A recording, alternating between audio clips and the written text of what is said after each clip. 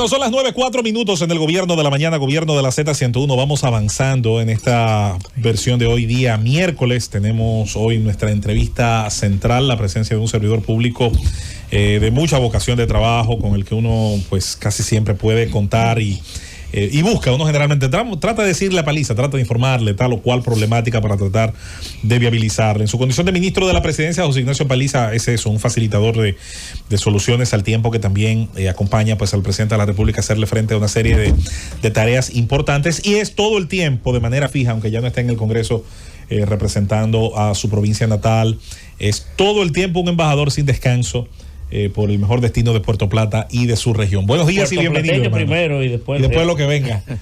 Gracias, señor, por recibirme y por tenerme aquí. Le pido disculpas si si mi voz está un poquito afectada, pero estoy pasando por un virus gripal que he hecho de las suyas. Un tono nasal. Además, como Eros Ramazzotti se te oye. Sí, como Eros. Pero acabo de llegar además de Japón. Y el día de ayer fue muy largo, 14 horas en el primer vuelo y después 4 horas más. He dormido poco. Tráteme con cariño. 14 horas Japón, Nueva York. Narita. Yo lo he hecho. Y 4 horas de Nueva York aquí más las escalas. Y además es curioso porque salí a las 11 de la mañana, algo así, y no ve la noche. Y llegué a las 11 de la mañana a Nueva York. ¿Y cuándo fue que se hizo de noche? Nunca se hizo de noche. Nunca se hace de noche. Sí, pero gracias, señores. Un grato placer poder estar con ustedes. Ministro, gracias por acompañarnos. Yo creo que el tema que más preocupa, concentra la atención de la población ahora mismo es el tema energético. ¿Dónde está la solución para eso? ¿Cuáles son las expectativas de que veamos una mejoría? Pero el problema eléctrico es un problema estructural que ha traspasado más allá de los partidos, de los procesos políticos y de los gobiernos, y no ha encontrado una solución a través del tiempo. Yo le comentaba a mi esposa, por cierto, en el marco de este viaje donde conversamos al respecto, que yo tenía 43 años de edad y tengo 43 años de edad conociendo, escuchando, viviendo, padeciendo igual que ustedes el tema energético. Esto no es un tema nuevo. Claro, estamos hoy frente al gobierno nosotros, y es una responsabilidad de nosotros asumirlo y una responsabilidad de nosotros solucionarlo, y tenemos que hacer lo propio, que estamos haciéndolo, para poder encontrar una solución en los diferentes áreas o renglones en donde requiere de intervención, que no es solamente un tema de generación. Ese es el más sencillo, y donde en realidad quisiéramos tener una holgura mayor que la que hoy se tiene, pero no es allí donde hay la mayor dificultad, sino es en el tema de la distribución, cobranza y gestión de todo ese sistema. Hay que ser honesto, es allí donde está la mayor parte del problema. Pero estamos haciendo lo propio, Rosendo, y es una preocupación del día a día del presidente Abinader, del gabinete eléctrico, y estimo que la sociedad dominicana conocerá de algunos esfuerzos adicionales que se impulsarán próximamente y que serán de beneficio de todos y de todas, para poder generar mayor nivel de tranquilidad en una sociedad que, al tiempo que le expreso que el tema energético, su problemática no es nueva, la sociedad es una que va cambiando, porque es una sociedad cada vez más sofisticada, que tiene mayor nivel de compra, de exigencia, y que obliga, exige, pide, solicita, como es propio, mejores servicios de los que tenía hace 40 años. Por tanto, como hemos cambiado, la sociedad, el Estado, el gobierno dominicano tiene que proveer un servicio a la altura de la sociedad en la que hoy participamos. Y estamos haciendo lo propio para generar ese antes y ese después. Usted estaba Susana conoce más yo del problema que yo. Sí, así es, y de la solución tal vez, pero bueno, usted estaba en Jica, en Osaka, lo vi con su corillo de comunicadores, gente que está pegada. Usted que no da nada, pero hay gente que coño tiene suerte con usted, pero es así la vida. Mira, ¿qué trajo de allá? Porque lo que estuve leyendo es que lo que ofrece la JICA, que siempre no había donado mucho, sobre todo cooperación de adiestramiento, técnica especializada en energía y demás, es un préstamo de $70 millones reembolsable. O sea, siento como que esa no es la cooperación que estamos acostumbrados a recibir de la JICA. ¿Qué usted trajo de allá, de Osaka? Lo primero es que la razón fundamental del viaje no fue visitar la JICA. Era la feria, pero eso es lo único que trajo. La JICA inclusive tiene oficinas. No es cierto. La JICA tiene oficinas inclusive en Santo Domingo de forma permanente, y la asistencia que tiene, la colaboración ha sido permanente.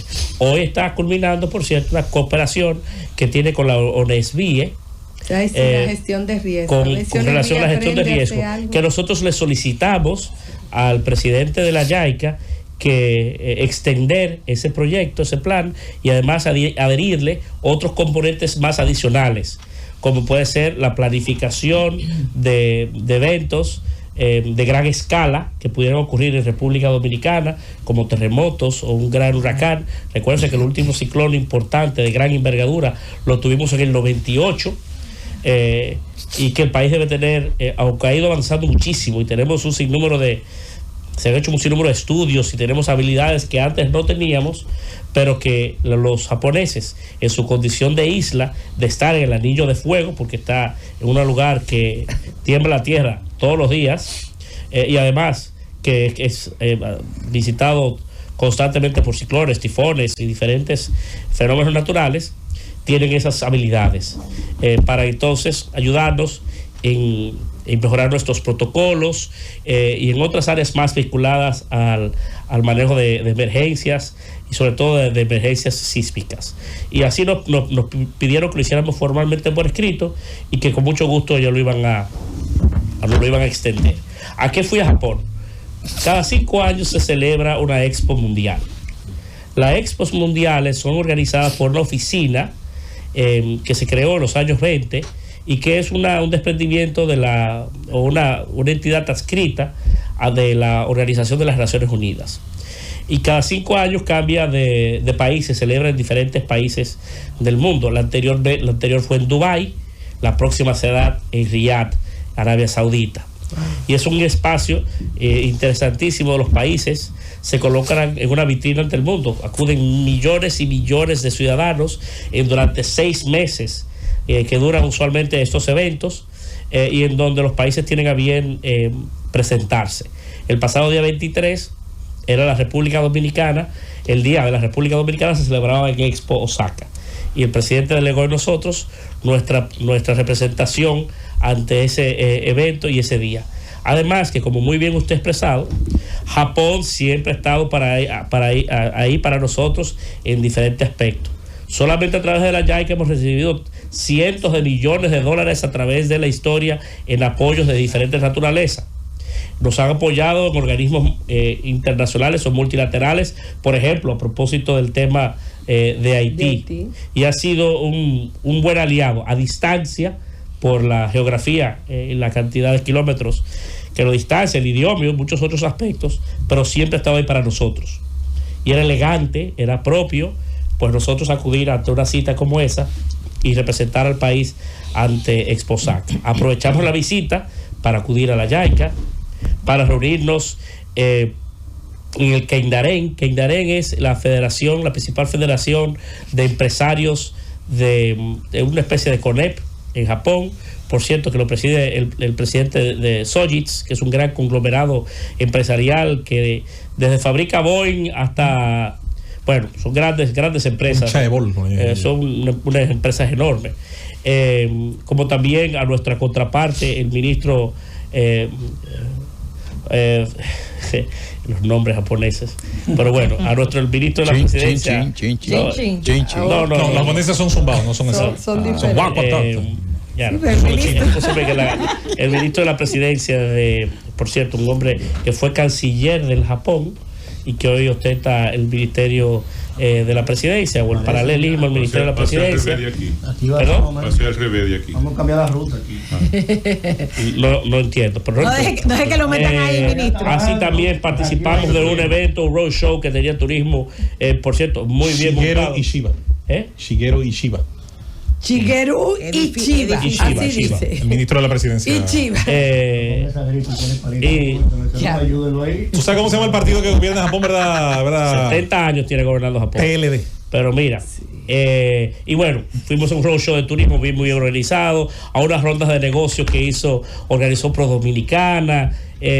Bueno, hicimos mucho en los 5 o 6 días que estuvimos allá, que no fueron más, porque trasladarse hacia allí es un reto.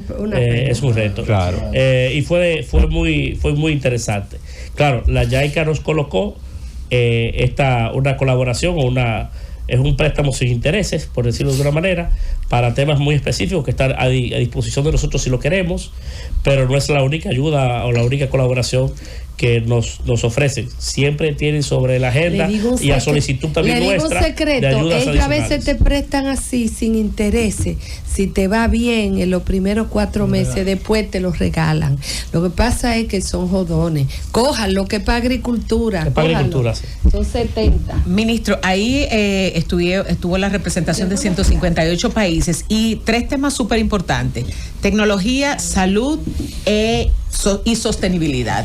¿En qué punto está la República Dominicana? ¿Qué nosotros podemos mostrar en esa feria en comparación con los otros países? No digo yo con Japón, pero por lo menos con otros países de la región. Japón inclusive tenía en el propio evento una gran planta de reciclaje.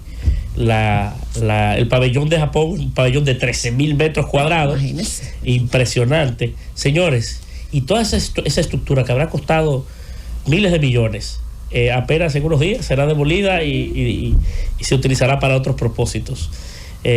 La cantidad de recursos invertidos, impresionante. Pero nosotros tenemos temas allí que podemos comenzar a visibilizar. Somos de los países de la región que, por cierto, en materia de energías renovables, nuestra matriz es de la que más ha crecido, sobre todo en electricidad fotovoltaica, y comenzamos a hacer ruido positivo en ese aspecto. Cuando usted busca en la América Latina los renglones a consecuencia de este tema, nuestro país en los últimos 4 años ha crecido de forma importante, y las tendencias son a que se mantenga. Tiene retos, las energías renovables tienen retos, tanto de almacenamiento como de sobre todo generar garantías en momentos en el que tú la necesitas, la electricidad. Pero en ese aspecto tenemos algunas cosas que enseñar, y también tenemos algunas curiosidades que compartir con el mundo, porque somos hoy sujetos, por ejemplo, con la llegada del sargazo en grandes cantidades, de un punto focal de interés de muchos países, de poder estudiarlo y de poder acompañarnos en esa discusión junto a México, que es el más afectado de todos, y otros países, para ver cuál pudiera ser la disposición final de un elemento orgánico como es el sargazo. Pero es una experiencia positivísima. La Expo fue una experiencia positiva para el país. Se nos dio un trato a la altura con dignidad, como es Japón. Japón es un país extremadamente disciplinado y muy hospitalario. Y además, la República Dominicana tiene un muy buen standing hoy en la comunidad internacional. En los diferentes parámetros con los que se miden los países, la República Dominicana comienza a destacar de forma exitosa, a pasos firmes, cuidadosos, y eso cuando aún a distancia usted se reúne con el gobierno japonés, y lo que surge del decir de las autoridades es muy positivo para con la República Dominicana.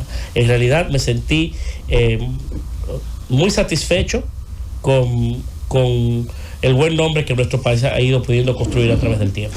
Ministro, usted adelantó que parte de esas conversaciones con la JICA tuvo que ver con el área de transporte. Vemos que el gobierno lleva varios proyectos en lo que tiene que ver con seguir avanzando en esa visión de dotar a la República Dominicana de transporte masivo, transporte eficiente. ¿Se habló de alguno en específico, más allá de lo que se están desarrollando en este momento? Hay empresas japonesas desde hace mucho tiempo interesados en participar en cualquier proceso en nuestro país para poder edificar o levantar un proyecto de transporte masivo. Ellos tienen capacidades muy conocidas, tanto en materia ferroviaria como por cables, con tanta expertise como cualquier otro de los grandes jugadores en el mercado, y han hecho inclusive algunos estudios sobre el sistema de transporte masivo en República Dominicana, que básicamente coinciden con los que ya el gobierno dominicano posee, que ha pagado o que ha recibido de colaboración a través del tiempo, sobre flujos, sobre trazados y sobre tecnologías. El gobierno dominicano tiene que tomar una decisión, sobre todo en materia del tren metropolitano, de la solución hacia una línea nueva que debe ir hacia Santo Domingo Este en una primera ola, y luego entonces terminar de conectar lo que sería un aeropuerto con Los Alcarrizos, pasado por la 27 de febrero, y bueno, eso está debidamente diseñado. El gobierno tiene que tomar una decisión, que creo que estamos muy cercanos, tan cercanos como quizás ya, de poder, de acuerdo a últimos estudios que tenemos, de abrir un proceso para que empresas puedan participar, para que empresas puedan presentar interés, y al fin y al cabo es un tema de dinero, porque un tren japonés, un tren francés, son empresas altísimamente competitivas con los mismos estándares, inclusive hay estándares hasta ferroviarios, que el ancho y formas de las vías es el mismo para todos, que pueden correr un vagón chino como un francés. China podría participar también. Y es un tema fundamentalmente de recursos y de financiamiento. Hemos recibido la propuesta del gobierno francés de un financiamiento con financiamiento del Tesoro francés, que es a muy baja tasa, es una tasa de cerca del 3%. Y parece que esa propuesta del presidente Macron se mantiene. Estamos muy cerca, tan cerca como a unos días de poder anunciar un camino, una ruta, y entonces que empresas de diferentes tipos puedan venir y presentar una propuesta.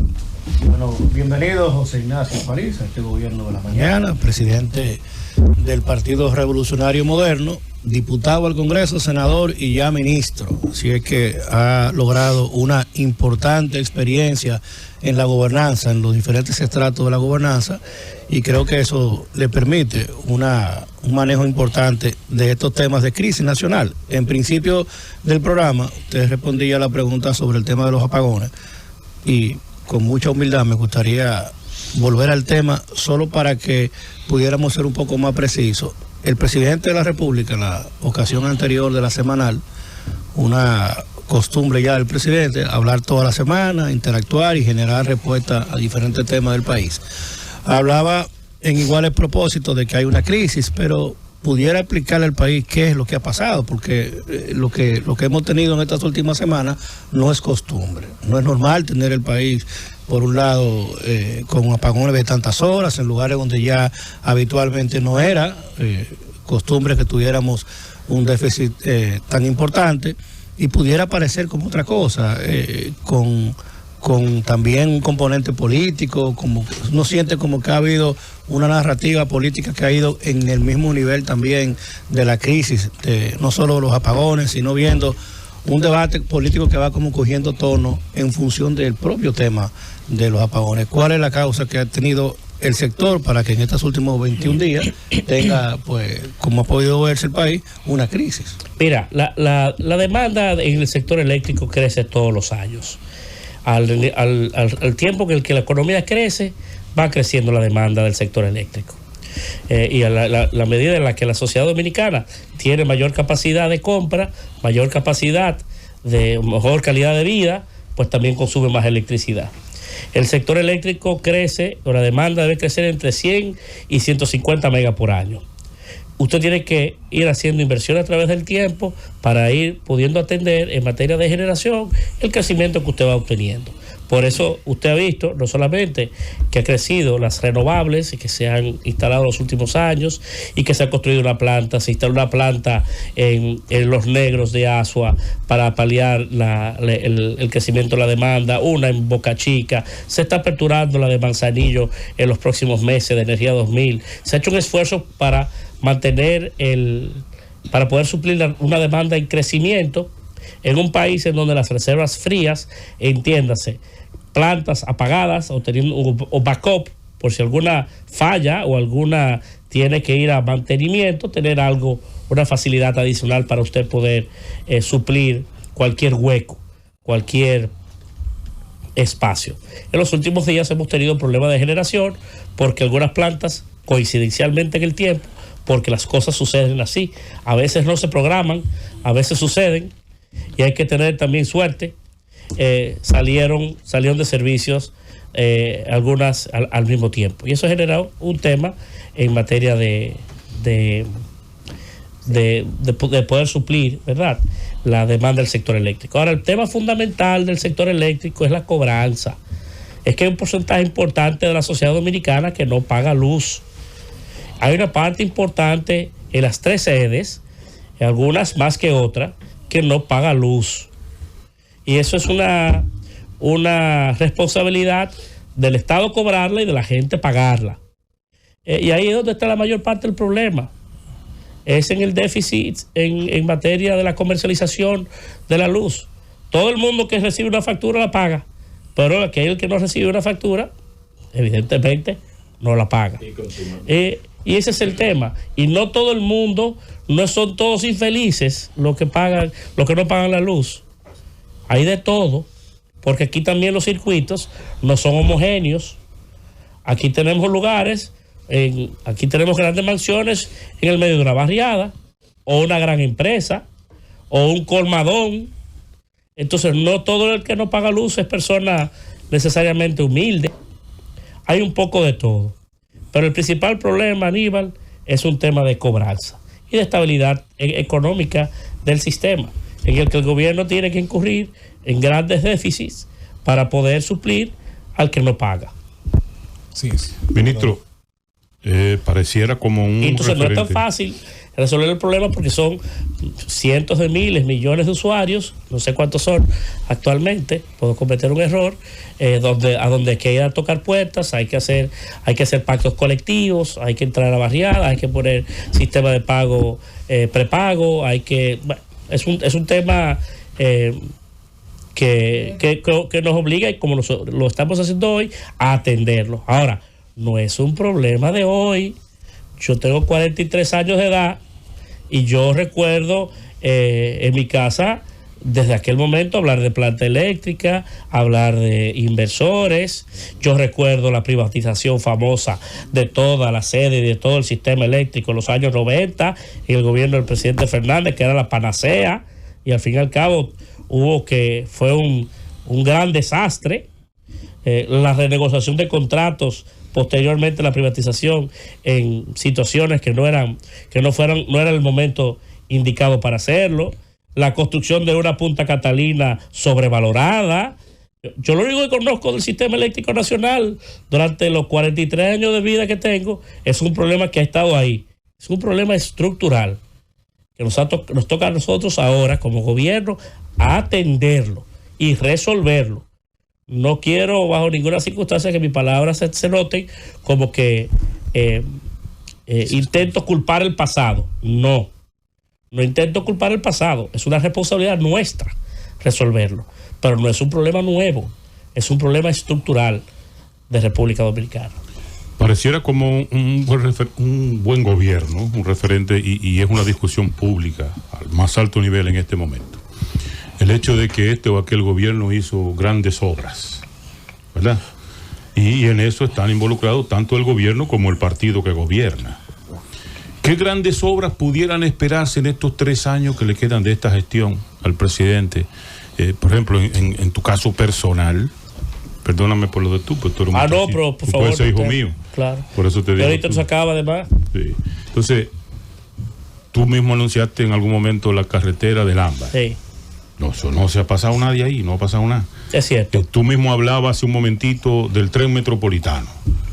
Poco que uno sepa, a menos tú dices que se va a abrir una licitación.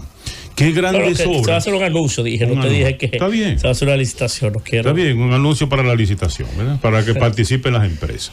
Entonces, lo que yo quiero saber es cuáles son esas grandes obras que ustedes están metidos, porque ya se metían en la discusión, que se pudieran anunciar para los próximos 3 años de gobierno. Pero mira, 2 reflexiones que hacer con relación a esta discusión última que se ha dado.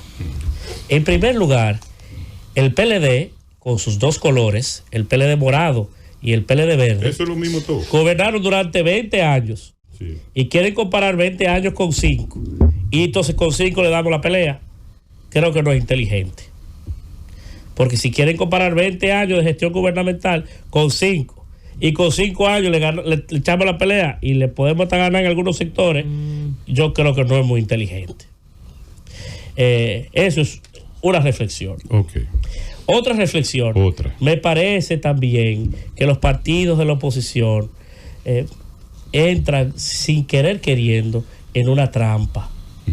Claro, porque los partidos de oposición, lo he dicho antes, y esto es parte de ese mismo entramado en el que se encuentran, son reos de una vieja discusión alrededor de quién es el líder de esa facción o de esa parte, de esa matriz del país político. Si es uno o es el otro. Tienen desde los años 90 peleando cuál de los dos es. Y mientras lo discutimos, cuál de los gobiernos ha hecho más obra, es una discusión que vuelve a centrarse en esos 2 individuos y no permite el crecimiento ni una nueva fuerza generacional que pueda sustituir esa conversación interna de esos partidos. De tal manera que hay inclusive uno de ellos que constitucionalmente está impedido hoy de ser presidente. La Constitución dice que no puede volver a ser presidente nunca más, y anda dando discursos todos los domingos comparando su gobierno con los gobiernos actuales o el del otro amigo de la oposición, y sin querer queriendo caen en la trampa los demás miembros de esas organizaciones de no verse que mientras esa sea la discusión no habrá relevo generacional en esas estructuras políticas. Pero la discusión es con el presidente Luis Abinader. No. Luis Abinader que se pasa toda la semana contestando. No, quisiera. No, es mucho más profundo que eso. Pero el que puede responder, contestar y hablar es el que tiene es mucho más ocupada que eso. La opción de gobernar. No, pero es mucho más que eso. Yo lo digo porque es entre estos dos líderes. Es que mientras eso suceda, y no es así. Es que mientras eso suceda, no, porque el mío no vuelve nunca más. El mío sí no vuelve nunca más. El mío no. Sí, el mío está propiciando una nueva. El mío está propiciando. Entre esos 2 líderes de la oposición. Es que no se dan y yo cuenta. Le digo que no, que es como. Es que no se dan cuenta. No, es que no se dan cuenta. El mío está propiciando una nueva, por decisión propia, una nueva generación de políticos que lo sustituyan en el tiempo. La oposición hoy está presa, y este juego de ver y de comparar el pasado con el presente, pero para hablar del futuro, ministro, busca la forma, lo único que procura es cerrar la posibilidad de cambios generacionales en esa estructura. Y cuando en el otro de las organizaciones tratas el tema, entonces te dice, no te metes entre padre e hijo, que esto es un tema familiar, ya tú estás atacando las bases de la familia. Pero la verdad es que mientras los partidos de oposición sigan queriendo conversar o hablar del pasado, contrastándolo con el presente, entonces su futuro estará obligado a que esté vinculado a ese pasado que tiene que ya tuvo su propia suerte. Ministro, quiero aprovechar una vez más, antes de que pase el tiempo, su visita a Japón, para solo preguntarle, yo sé que no le corresponde solo a usted como ministro de la presidencia, creo que hay otras áreas del gobierno que también tienen que hacer ese esfuerzo, con respecto no solo a la asistencia, que ha sido muy importante, lo de la JICA es tremendo, la comunidad japonesa en el país, todo aquello, pero quisiera más pensarlo desde el punto de vista de la inversión de Japón, pensando en República Dominicana, como está pensando actualmente en Guatemala. ¿Qué ha pasado en Guatemala? Bueno, Guatemala tiene desde el año 2023, en una de sus ciudades más pobres, San Marcos de Ayutla, de donde se ha ido la mitad de la gente de Estados Unidos, tiene una fábrica de arneses para vehículos. El arnés de un vehículo es todo el circuito eléctrico del vehículo. Nosotros estamos en Zona Franca avanzando hacia la fabricación de elementos que generan mayor valor agregado, y eso es bueno, eso es positivo. Hemos hablado mucho de nearshoring, que es obviamente la cercanía de los grandes centros fabriles a los grandes centros de consumo como Estados Unidos. Hemos hablado de friendshoring, que esa cercanía esté en países amigables a las potencias que consumen todos estos productos. Japón tiene sus 4 grandes marcas vehiculares, inversiones extraordinarias en América Latina. De hecho, México, que es el 7º productor de vehículos del mundo, no produce ninguna marca mexicana. Más de la mitad de esos vehículos que produce son marcas japonesas. Sí, así es. Yo no espero que ni Mazda, ni Toyota, ni las otras tal vez pongan una fábrica completa aquí, pero aspiro a que nuestro país, por sus características físicas y productivas, pues puedan introducirse dentro de ese encadenamiento productivo. Y eso sí me interesa tanto de Japón como de Corea del Sur, que son 2 naciones asiáticas que han mirado mucho hacia América Latina, pero que nosotros en América Latina quizás siento que no nos hemos preocupado, algunos países como el nuestro, no por parecerles atractivos para la asistencia, sino por parecerles atractivos para la inversión. No, hay interés de algunas empresas japonesas del más alto nivel de establecerse en nuestro país con fines muy específicos, sobre todo con temas de alta tecnología.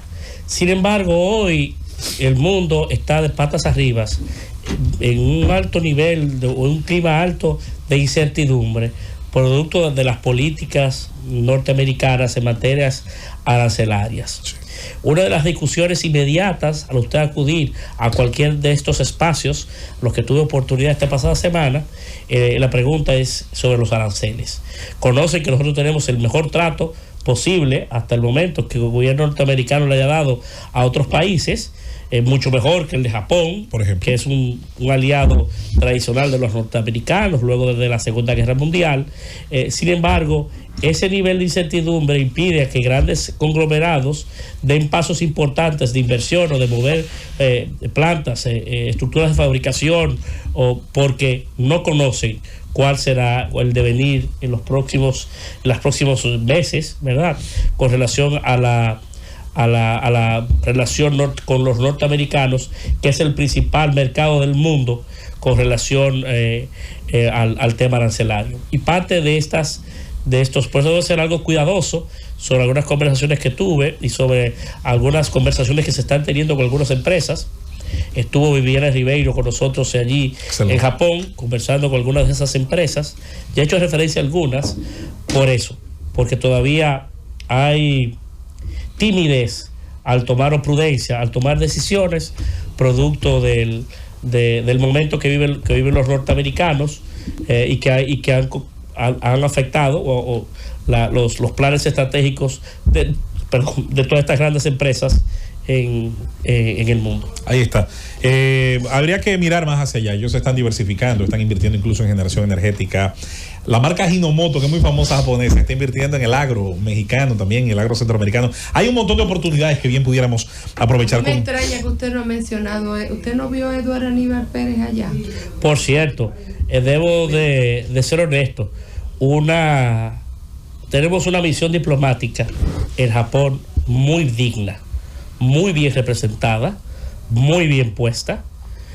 Todos los hombres y mujeres que componen esa delegación son hombres y mujeres jóvenes de altas capacidades y con muy buenas aptitudes.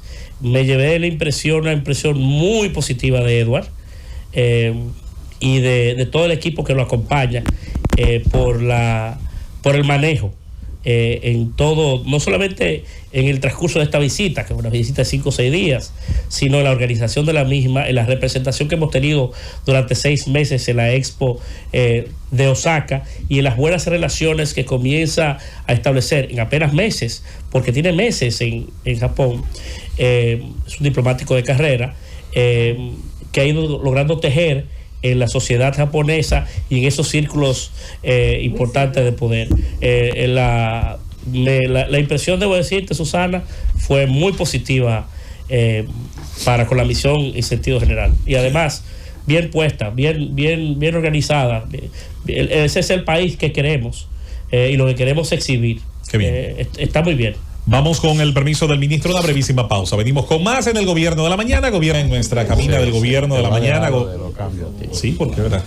Gobierno de la Z101, tenemos la presencia del ministro de la Presidencia, José Ignacio Paliza. Vámonos de inmediato, compañeros, con nuestra ronda de preguntas y respuestas. Yo lo voy a meter en un tema local de su adorada provincia, Puerto Plata. Siempre vengo escuchando el socorrido discurso de que los cruceristas no son turistas, que no se les puede considerar así, que están manipulando cifras y que sí o qué. Pero realmente, ¿qué beneficio le dejan a Puerto Plata los cruceristas? Y vamos a meter ahí también el tema del teleférico. ¿Qué va a pasar con el teleférico? Mire, Puerto Plata, una vez aperturadas las 2 terminales de cruceros que hoy tenemos, que estamos recibiendo 2.2, 2.4 millones de turistas, es otro Puerto Plata. Puerto Plata, apenas hay que ir un día de cruceros, al final de la tarde, a uno de los bancos, de esos que están en plazas o en supermercados, para que usted vea la fila de dominicanos, taxistas, miembros de estos que dan guías turísticos y demás, en fila en el banco. El dinamismo económico que vive hoy Puerto Plata es impresionante. Puerto Plata está viviendo hoy su mejor momento. Claro, es cierto que la hotelería no se ha recuperado de igual manera que otros sectores. Todavía se encuentra rezagada y se está haciendo esfuerzo para recuperarla. Punta Bergantín es una de las mejores apuestas. Y tampoco la terminal aeroportuaria, por vía de consecuencia, ha aumentado o ha crecido al ritmo que hubiésemos deseado los puertoplateños. También es un tema que todavía hay espacios para seguir impulsando. Pero en materia de turismo, Puerto Plata hoy está viviendo su mejor momento.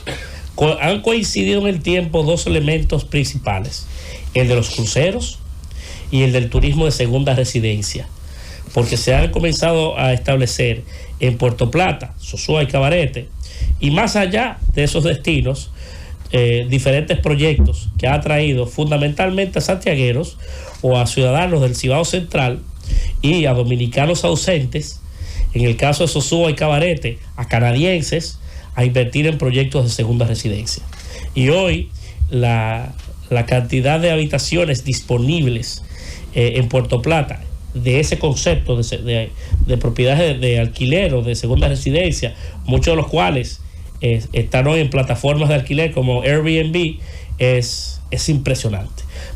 Creo que vi la semana pasada que eran cerca de 11,000 habitaciones en ese o de establecimientos en ese concepto de segunda residencia. Y por tanto, Puerto Plata está viviendo, Rosendo, su mejor momento. Es más, hay hasta dificultad en el tránsito, cosa que no sucedía. Yo recuerdo siempre relajar diciendo que en Puerto Plata habíamos puesto 3 semáforos y que estábamos por quitar uno.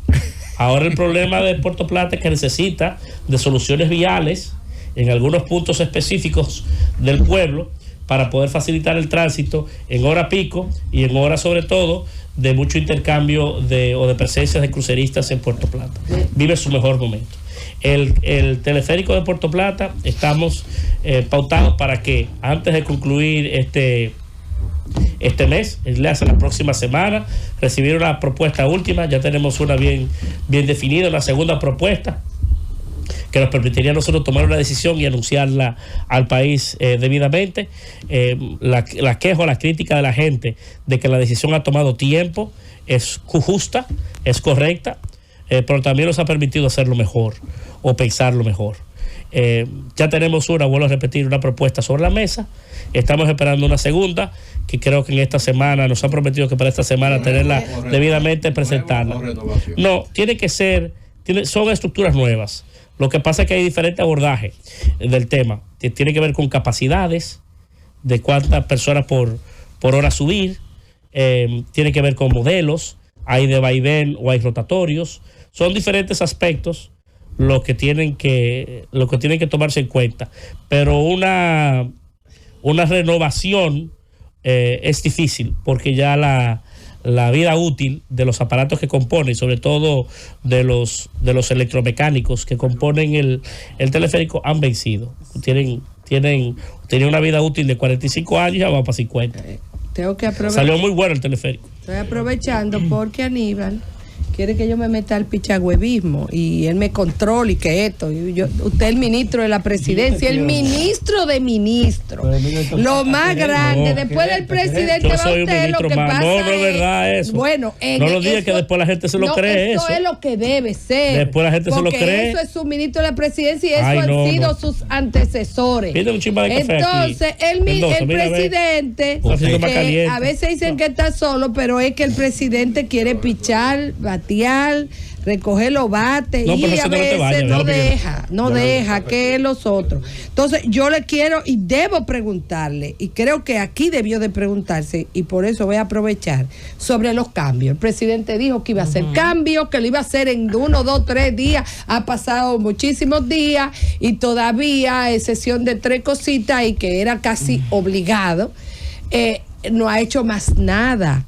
Hay ministerios que están siendo ahora mismo tan bajo fuego como el de Agricultura, hay temas. Y usted, el ministro de la presidencia, entonces hay que preguntarle de cambio, hasta del mismo suyo, porque mucha gente está esperando que usted lo haga, canciller, que ya se agotó la vida útil del señor. Emil Durán y Aníbal Díaz. Sí, porque ya se agotó la vida útil del señor, no lo chupamos bastante tiempo. ¿Oíste, Emil? Entonces, ¿en qué tal los cambios? Pero no es me disculpas, Susana. No, yo sé que no es justa, no es justa tu intervención con relación a la forma en la que de manera indirecta te has referido de algunos funcionarios. Yo te pido que por favor no va contigo ni va conmigo. No puedo dejártela. No puedo dejártela pasar. Por lo menos el de Agricultura. No puedo dejártela pasar. Ahora bien, es una prerrogativa del presidente. Hizo los cambios la pasada semana. Hay inclusive algunas posiciones que debe todavía suplir, porque hubo cambios que hizo y que todavía no ha sustituido a personas que movió, ¿verdad? Que ascendió, que cambió de roles, y tiene que hacerlo. Y yo espero que sí, que el presidente pueda... a mí me gustan los cambios, porque los cambios nos permiten renovarnos, repensarnos. Mire, el cambio que yo viví de ministro administrativo a ministro de la presidencia ha sido muy útil para mí. He crecido, llegué con una visión distinta, me pude renovar. Ayuda, el cambio ayuda, las rotaciones ayudan. Claro, a veces si Aníbal ha hecho una buena labor, porque cambiar a Aníbal, ¿verdad? Es comprensible. Pero inclusive hasta si Aníbal ha hecho una buena labor en una posición X, ¿por qué no darle otra o llevarle a otra? Donde quizás se necesite más, una intervención más directa, más precisa, más apremiante. Pero allí. ¿Tú crees que habrá cambio? Dime esa es una prerrogativa del señor presidente. Y en el caso mío, pues a mí no me han hablado de cambio, pero yo soy un soldado de mi organización, de mi presidente. Yo donde me pongan y me necesiten, aquí estoy. Yo inclusive cuando el presidente me dijo, te necesito en la campaña, pues me fui del gobierno 10 meses. Y me fui sin mayor inconveniente a dirigir mi campaña. Lo disfruté. Entendí por qué no se puede ser ministro y director de una campaña a la vez. Eso no es compatible, y lo viví y puedo dar testimonio y fe de que debe ser, de que deben separarse ambas cosas. Y tuve 10 meses fuera del gobierno, de mi gobierno, de 4 años duré casi un año fuera y nada pasó. Y yo donde me necesiten ahí estaré, gracias. Si mañana tengo que salir del gobierno y dedicarme a un tema partidario, lo hago. Donde me necesite mi presidente, yo con mucho gusto estaré, o me necesite mi partido, yo con un boy scout. Me invita a la toma de posesión. ¿Perdón? Me invita a la toma de posesión. Muy bien. Ministro, yo quiero hacerle una pregunta ahora al presidente del Partido Revolucionario Moderno, pero antes quiero saludar a una estrella con la que usted anda. Una de mis hijas, Fabiola Núñez, que me ha traído una de las mejores noticias, pero eso. Lo dejamos ahí. ¿Y por qué no? Fabiola es buena. No, Fabiola una estrella. No, porque sí, pero te queda tu hija por la edad. Sí, bueno. Pero profesionalmente hablando. Profesionalmente con esa hablando. carita de niña que tiene Diurca, puede decir, se puede el lujo. Se puede ese lujo. Estoy frío contigo. Presidente, se suspendió el aniversario del gobierno o del partido en el gobierno, y mucha gente tenía la esperanza en ese momento de dejarse ver.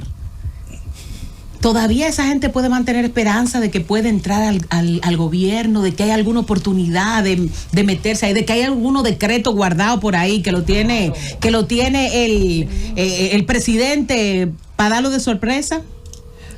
No sé a qué caso tú particularmente te refieres. No, yo me refiero pero a los compañeritos. Sí creo que hay compañeros del partido que esperan y tendrán respuesta a una posible participación suya en el gobierno en tales o cuales áreas, así como también partidos aliados.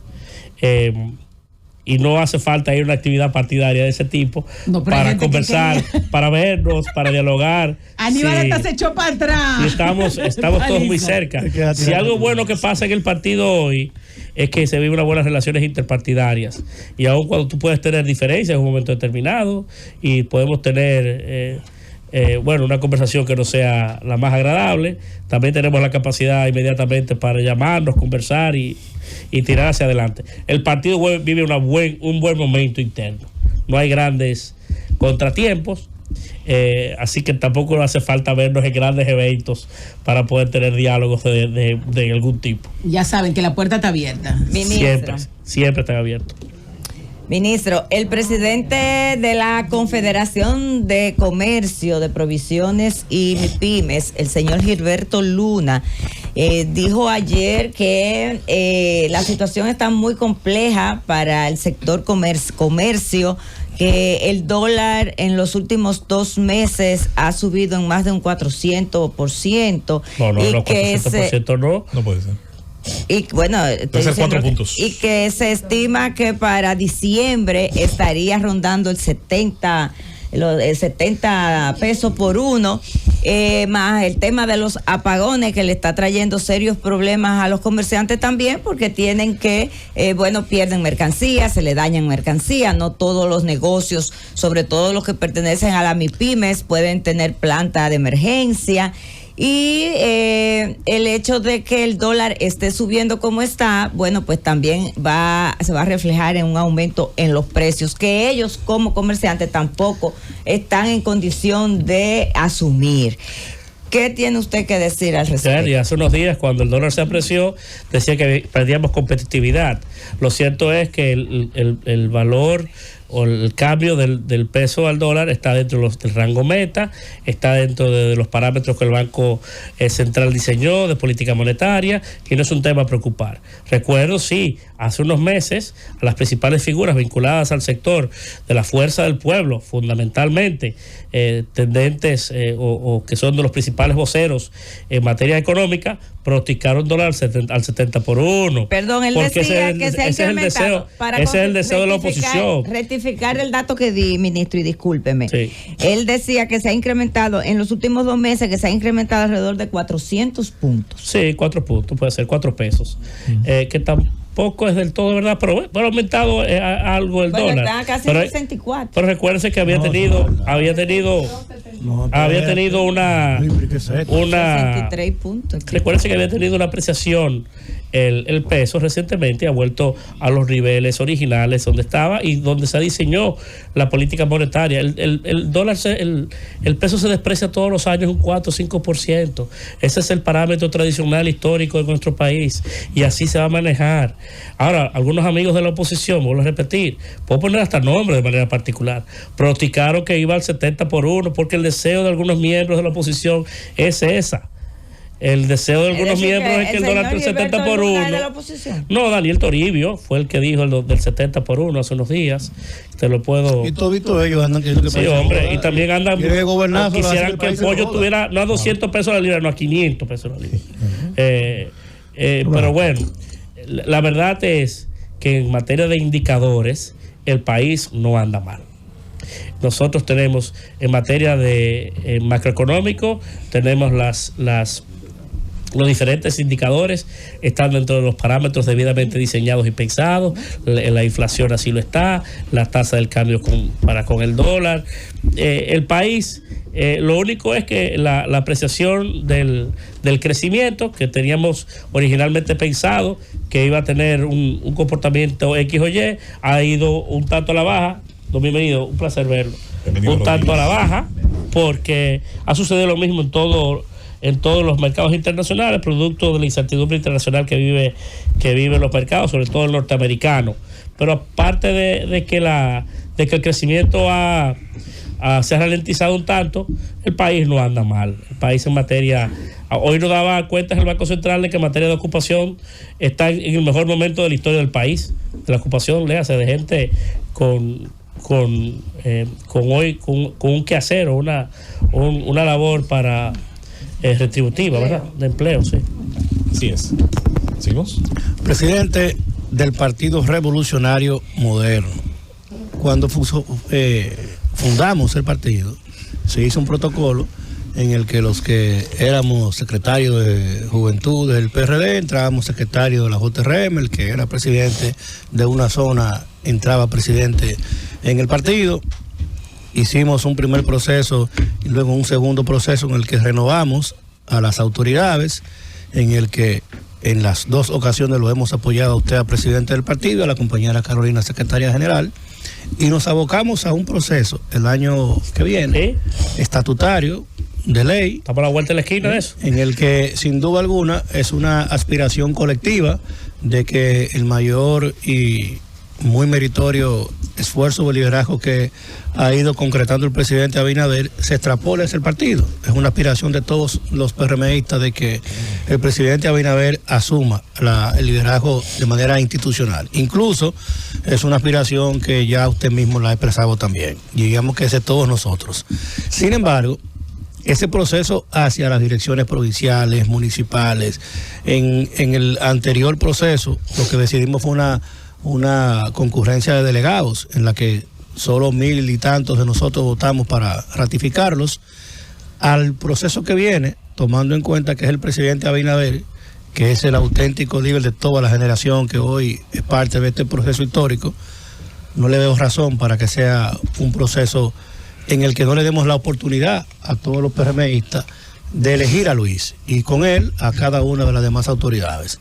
¿Cuál es la visión que tiene el presidente del partido respecto a ese proceso? Si lo podíamos hacer un proceso en el que todos podamos elegirlo y con él también renovar esas autoridades. Si lo vamos a hacer así, si sería solo en principio la autoridad nacional y luego diferir lo otro. ¿Qué piensa el presidente del partido respecto a ese necesario proceso de renovación partidaria? Mira, no creo que tenga una sola posible respuesta. Porque cualquier cosa que te pueda decir puede tener, puede ser respondida o pensada de varias maneras. El partido tiene que abocarse a un proceso el año que viene, tiene que renovar el partido, a mi entender, de la forma más amplia posible. Tenemos que crear o fortalecer el partido para el 2028. Pero también tenemos que ser lo suficientemente cuidadosos de que el proceso nos permita a nosotros salir más unidos de cómo llegamos. Y eso es una tarea difícil, porque el partido hoy está en buena salud interna. ¿Qué hemos pensado? Y doy esta primicia aquí, porque ya lo íbamos a anunciar formalmente, pero aprovecho tu pregunta para eso. El próximo 19 de septiembre, 19, 20 y 21, ese fin de semana, hemos organizado con la dirección ejecutiva del partido un retiro que se llevará a cabo en Jarabacoa, con el acompañamiento inclusive de una importante universidad dominicana que nos ayudará con la metodología. No me debo referir al nombre de la universidad porque ellos mismos han pedido, lo hacen por cortesía, no lo hacen por identificación partidaria, ¿verdad? Lo hacen hasta por curiosidad académica. Nos están ayudando a establecer las metodologías para las discusiones, y en ese retiro, en esa encerrona, por decirlo de alguna manera, pienso que ese es uno de los temas que debe salir de ahí, o debe pensarse de ahí. Cómo debemos diseñar el proceso de renovación partidaria, porque para elegir los candidatos del futuro, la misma ley prevé las formas. En la ley nos regula, y el partido ha ido teniendo también, vamos a decir, una jurisprudencia interna, que te va expresando un poquito cómo ha ido pensando el partido históricamente, o que puede cambiar también. Pero el 28 parecería que está más fácil delimitado las formas y los procedimientos de cómo vamos a elegir a nuestros candidatos. Pero también de este tipo de actividades, de este tipo de seminarios, de este tipo de encuentros, nos dan los espacios para ir construyendo el momento que también nos ayuda a salir bien de esos procesos hacia el futuro. Pero creo que a partir de ese seminario del próximo 19 de septiembre habrá ahí un resultado interesante que nos podrá a nosotros ayudar a pensar el próximo proceso de renovación partidaria. Por eso para mí fue una idea interesante cuando la escuché. Debo ser honesto, no es una idea exclusiva mía, aunque quizás fui yo el primero que públicamente la asumí, de que el presidente Abinader fuera el presidente del partido, porque eso de alguna forma genera mucha tranquilidad en esa discusión, porque da más confianza entre los actores, y bueno, y elimina no creo que nadie vaya a competir, puede hacerlo, todos tenemos el derecho a hacerlo, pero nadie va a competir contra el presidente Abinader para ese propósito, y eso da tranquilidad. Y dije, bueno, creo que me toca a mí como presidente del partido hacer esa propuesta, porque entonces tendría mucho más fuerza. Se ve como una idea con cierta, digamos, pensada con cierta... Algunos pueden pensar que hasta es una idea del propio presidente, pero en realidad no lo es. El presidente Abinader, salud. Entiendo que no le desagrada. En conversaciones que hemos tenido, parecería que pudiera estar inclinado a aceptar la idea, pero todavía no es una decisión que ha tomado. Pero creo que ayudó, esa propuesta ha ayudado a generar algún nivel de tranquilidad sobre ese proceso. Pero cualquier sugerencia, Aníbal, tuya o de cualquier otro dirigente con tu nivel de profundidad y es interesante escucharla, porque tenemos que pensar entre todos cuál va a ser la forma en la que nos abocaremos a renovar a nuestras autoridades. Pero yo entiendo que debe ser una amplia. En tu intervención has dicho varias veces, te has referido a la salud interna del Partido Revolucionario Moderno. Es que ese ha sido mi desvelo. Ese ha sido, si alguien me puede, en estos casi 8 años que cumpliré siendo presidente del partido, indicar o preguntar cuál ha sido tu principal o el principal logro de estas autoridades partidarias hoy. Si alguien me puede decir, bueno, cuál es la receta, el ingrediente que le permitió al partido en estos 2 procesos últimos resultar siendo vencedor, tiene que ver con salud interna, tiene que ver con buena relación entre la familia, tiene que ver con una unidad de propósito, de interés, que el interés colectivo está por encima del individual, tiene que ver mucho con eso. Y de que algunos de nuestros actores, como quien les habla, no tiene interés hacia el 28 y puede ayudar mucho, y como yo hay muchísimos, sí, que podemos ayudar mucho a mantener ese buen clima interno. Perfecto. El clima laboral, como dirían en las grandes empresas. Te entendí muy bien. Ahora bien, a mí me gustaría, porque yo sé que tú eres un hombre que realizas encuestas, tienes acceso a encuestas también, ¿cómo anda la salud externa también del Partido Revolucionario Moderno con relación a los demás? Y cómo anda la popularidad del presidente de la República, que también ha sido un tema recurrente. Y hace mucho que no te oigo hablar de eso. Ahorita no me respondiste tampoco lo de las obras, pero está bien, lo puedes dejar. No, pero de las obras, lo que tú quieras, yo te respondo las obras que tú quisieras. Mira, solamente en Puerto Plata hemos hecho 13 puentes. No, de lo que van a hacer yo. Pero de lo que vamos a hacer basta con concluir lo que tenemos hoy. Si concluimos lo que hoy tenemos, bueno, les va el discurso de los opositores que han sido algo efectivo, no tendrán cómo sustentarlo, porque nada más circunvalaciones hoy se están haciendo 108. Hoy se ha hecho la de Navarrete, la de Moca, la de San Francisco de Macorís, la de los Alcarrizos, se terminó Azo y Baní, se está terminando la ecológica. si solamente hablamos de circunvalaciones, ¿verdad? O de obras que tengan esa condición. El malecón de Nagua, la entrada de Samaná. Famoso malecón, Dios. Sí, que nadie lo había Pedernales, hecho. Sí, que nadie lo había hecho. El malecón de Pedernales. Son muchos los proyectos que están hoy en ejecución y se van a terminar. Se van a cansar de escuchar y de recibir invitaciones de inauguración. Bien ahí, ministro. No me dijiste de las encuestas. No, el partido, mira, hoy vivimos una especie muy particular de los procesos políticos, inclusive muy estudiado por todos lo de la sociología política, que estamos en una especie de etapa muerta. Los procesos están muy distantes, estamos a 3 años de distancia, acaba de terminar el primer año de gobierno de esta gestión, y es parte de ese pulso que se vive constantemente en las gestiones gubernamentales.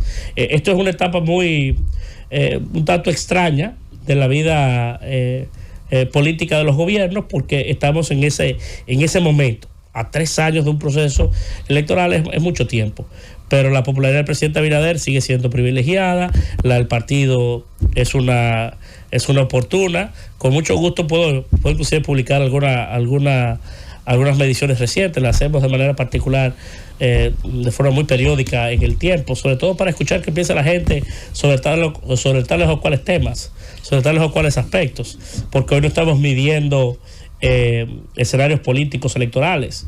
Nosotros mismos no tenemos candidatos para hacerlo, o candidatos que estén debidamente definidos.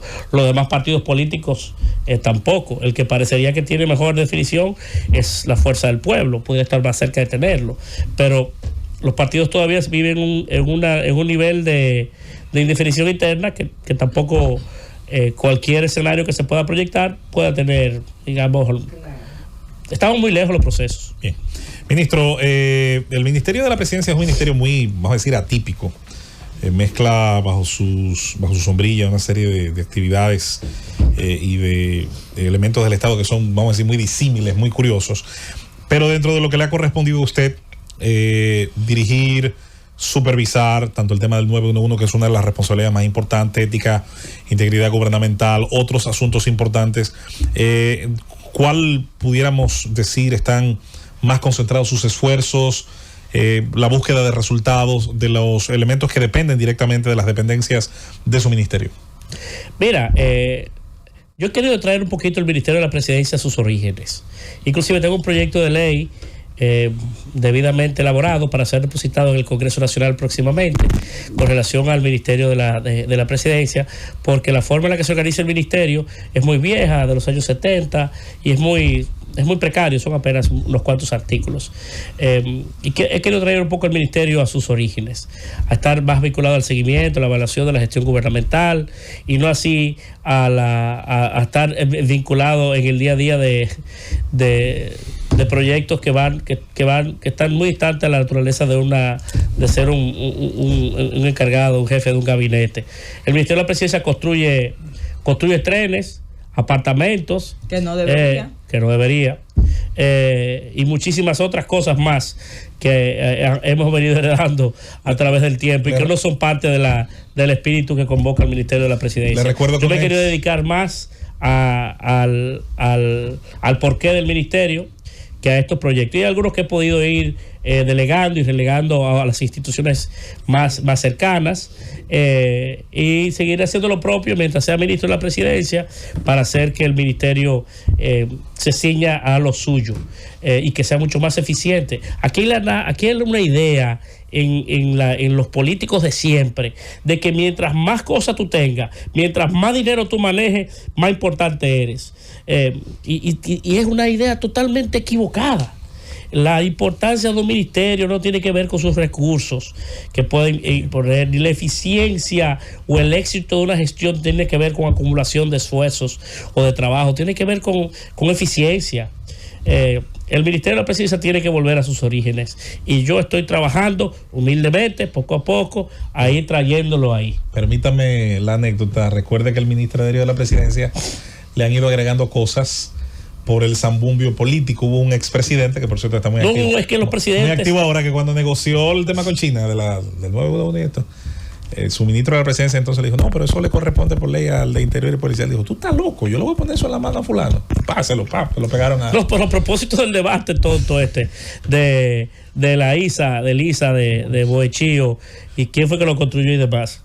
Yo recuerdo que siendo juramentado ministro administrativo de la presidencia, me encuentro que en el Ministerio Administrativo de la Presidencia estaba la Unidad Técnica Ejecutora de Proyectos Agroforestales. Ey. Y digo yo, ¿y qué es esto? UTECTA. Manejaba 3,000 millones de pesos, todavía maneja una gran cantidad de dinero. Y estaba llamado, es un proyecto con una contrapartida del Banco Mundial para sembrar aguacate, árboles.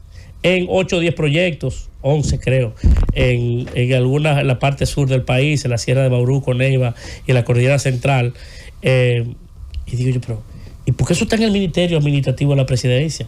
¿Por qué eso no está en Medio Ambiente? Sí. ¿Por qué no está en Medio Ambiente?